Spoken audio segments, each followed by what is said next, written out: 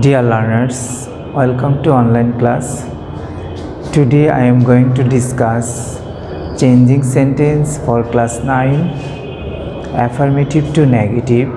গত ক্লাসে আমি কিছু তোমাদের রুলস প্র্যাকটিস করেছিলাম, ডিসকাস করেছি। আজকে বাকি কিছুটা আমি তোমাদের ডিসকাস করব। এখন দেখো যে অ্যাফার্মেটিভ নেগেটিভ যে সব রুলসগুলোই তোমাদেরকে আমি ডিসকাস করব। এখন হলো অ্যাফার্মেটিভ নেগেটিভের দেখো যে রুলসটা তুমি করাবো, যেটা হলো দেখো যদি সেন্টেন্সে অনলি অ্যালোন প্লাস ব্যক্তি, তাহলে যদি এইটাকে তুমি যদি নেগেটিভ করো তাহলে কি আসবে? নান ভার্ব প্লাস ব্যক্তি। যদি থাকে অনলি প্লাস বস্তু তাহলে নেগেটিভে আসবে নাথিং ভার্ব প্লাস বস্তু। যদি থাকে অনলি প্লাস বয়স, সংখ্যা, পরিমাণ, তাহলে তোমাকে এটা নেগেটিভ করতে আসবে নট মোর দেন বা নট লেস দেন, যেটাই বসাও সেইখানে আবার বয়স, সংখ্যা বা পরিমাণ।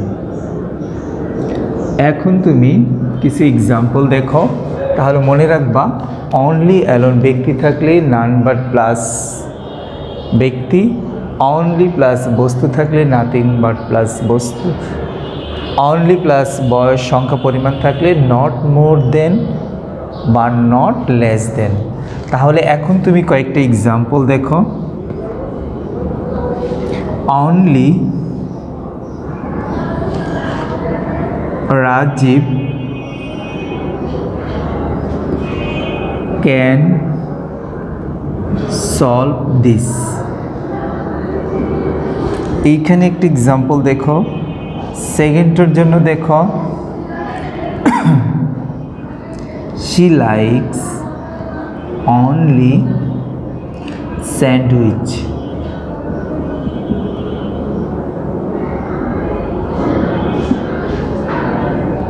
থার্ড দেখো Mina is only 10 years old। এখন দেখো এই তিনটা রুলসের জন্য আমি তিনটা সেন্টেন্স লিখেছি। এই তিনটা সেন্টেন্স এই রুলস অনুসারে আমি সলভ করব বা চেঞ্জিং সেন্টেন্স করব। এখন দেখো অনলি যদি ব্যক্তি হয় তাহলে কি বসবে? অনলির স্থানে বসবে নান ভার্ব। তাহলে কি হবে? অনলির স্থানে নান ভার্ব রাজীব ক্যান সলভ দিস। এখন নিচেরটা দেখো শি লাইকস অনলি স্যান্ডউইচ, সে শুধু একমাত্রই স্যান্ডউইচ পছন্দ করে। তাহলে স্যান্ডউইচটা একটা কি বুঝেছে? বস্তু বুঝেছে। তাহলে শি লাইকস নাথিং ভার্ব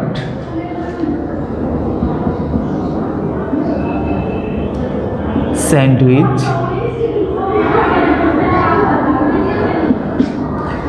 এখন দেখো Meena is only 10 years old, তাহলে এখানে যদি বয়স, সংখ্যা, পরিমাণ বোঝায় তাহলে not more than not less than, তুমি যেটি দিবে সেটাই রাইট হবে। Both of them are correct. Not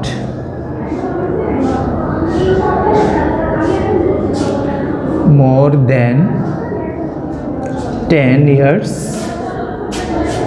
old। তাহলে দেখো এইভাবে তোমার যদি রুলসটি বাসায় খাতায় তুমি লিখো তাহলে তোমার বেশি মনে থাকবে পরপর দিয়ে। এখন পরের রুলসটা দেখো। পরের রুলসটা দেখো যদি এভরি থাকে, এভরি প্লাস নাউন থাকে তাহলে তোমার রুলসটা কি আসবে? এটা দুইটা রুলস ফলো করে। যেমন এভরির স্থানে there is no plus noun plus verb plus verb plus extension. এখানে আরেকটা রুলস করা যায়, দেখো এভরির স্থানে there is no plus noun plus who does not plus verb plus extension. এখন দেখো এটা দিয়ে আমি একটা এক্সাম্পল লিখব। Every mother loves her child. এখন দেখো এটা দিয়ে আমি দুইটাই তোমাকে দেখাবো যে যদি কোনো সেন্টেন্স অ্যাফার্মেটিভ সেন্টেন্সে এভরি প্লাস নাউন থাকে তাহলে তোমাকে নেগেটিভ দুইটা দিয়ে করা যাবে। তুমি এইটা দিয়ে করতে পারো, এইটা দিয়ে। তাহলে আমি এই দুইটা দিয়ে তোমাকে দেখাচ্ছি যেন তোমার ইজি হয়। তাহলে এভরির স্থানে কি বসাবো? দেয়ার ইজ নো, এইখানে নাউন ওয়ার্ডটা মাদার, তাহলে কি বসাবো? দেয়ার ইজ নো বসাইলাম, নাউন বসলো, তারপরে কি বসবে? বাট, বাটের পরে ভার্ব হলো লাভস, হার্ট চাইল্ড মানে এটা এক্সটেনশন যেটা বসাবা।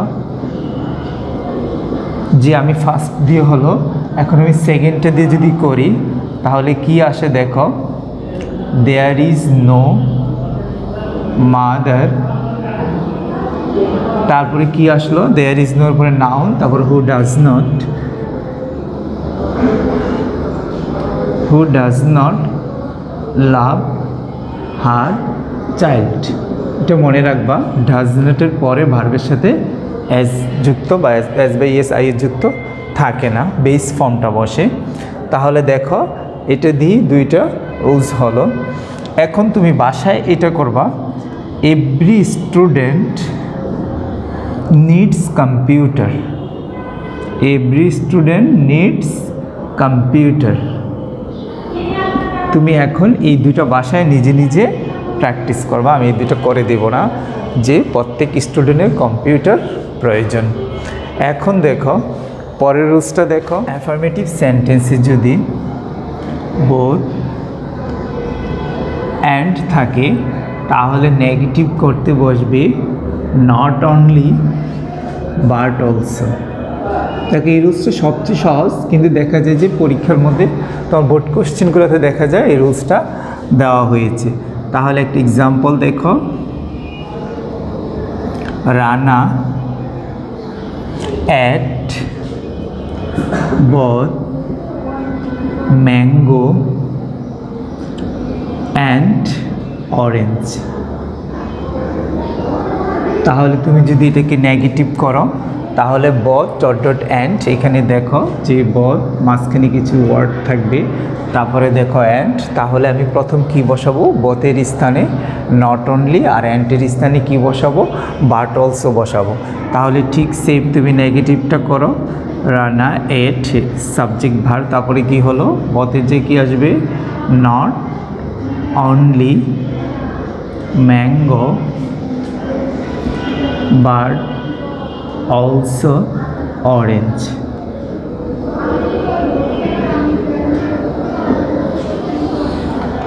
যদি আরেকটা তুমি এক্সাম্পল করো, বোধটা আমি প্রথমে দিলাম, বোধ Kamal and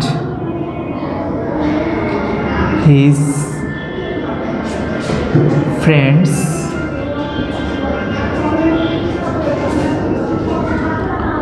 had gone there।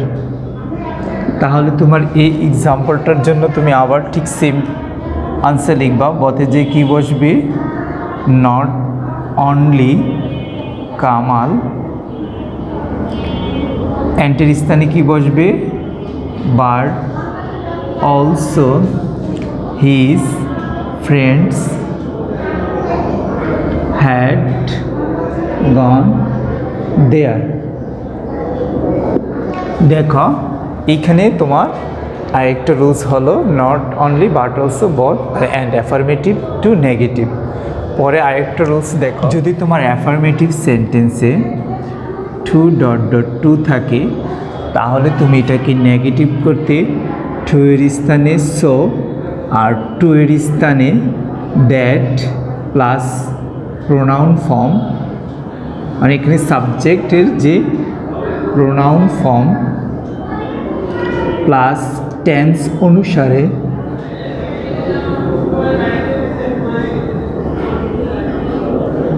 অনুসারে ক্যান নট না হয় কুড নট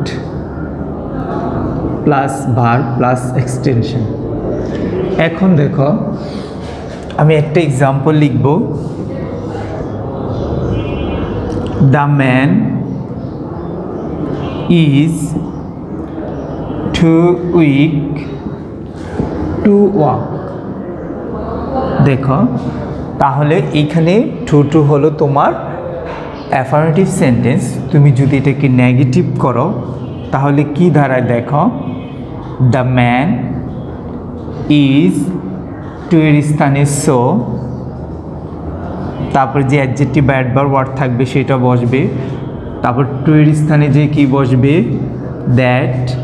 দ্যাটের পরে যে এখানে প্রোনাউন ফর্ম, মানে এখানে দি ম্যান যেহেতু এটা পুরুষ একজন সিঙ্গুলার তাহলে হি হবে, যদি এখানে দি গার্ল বা কি হতো তাহলে শি দিতাম, যদি বয়েজগুলো হতো তাহলে এখানে দে হতো, তার প্রোনাউনটা আসবে তোমার এই সাবজেক্ট অনুসারে।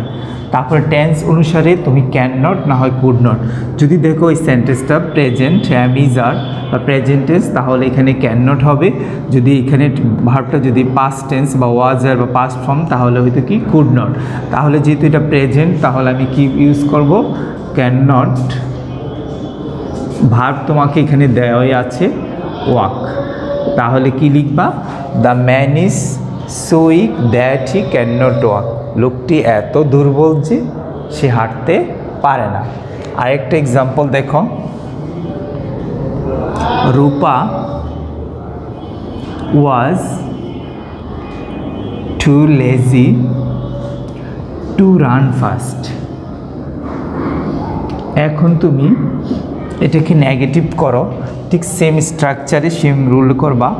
এখন দেখো কি আসবে, রূপা ওয়াজ, তাহলে 2 এর স্থানে কি আসবে সো, তারপর 2 এর স্থানে কি আসবে দ্যাট। এখন সাবজেক্টের প্রোনাউন কি আসবে, রূপা যেহেতু একটা মেয়ে তাহলে কি আসবে শি, আর এখানে ভার্বটা পাস্ট টেন্স ওয়াজ ওয়ার তাহলে কি আসবে কুড নট রান, যেহেতু ভার্ব দেওয়াই আছে সেটা রান ফাস্ট। দেখো আজকে তোমাদের কিছু রুলস আমি ডিসকাস করেছি, তাহলে পরবর্তী ক্লাসে আমি আরও কিছু তোমাদের রুলস নিয়ে ডিসকাস করব। Thank you very much for watching online class.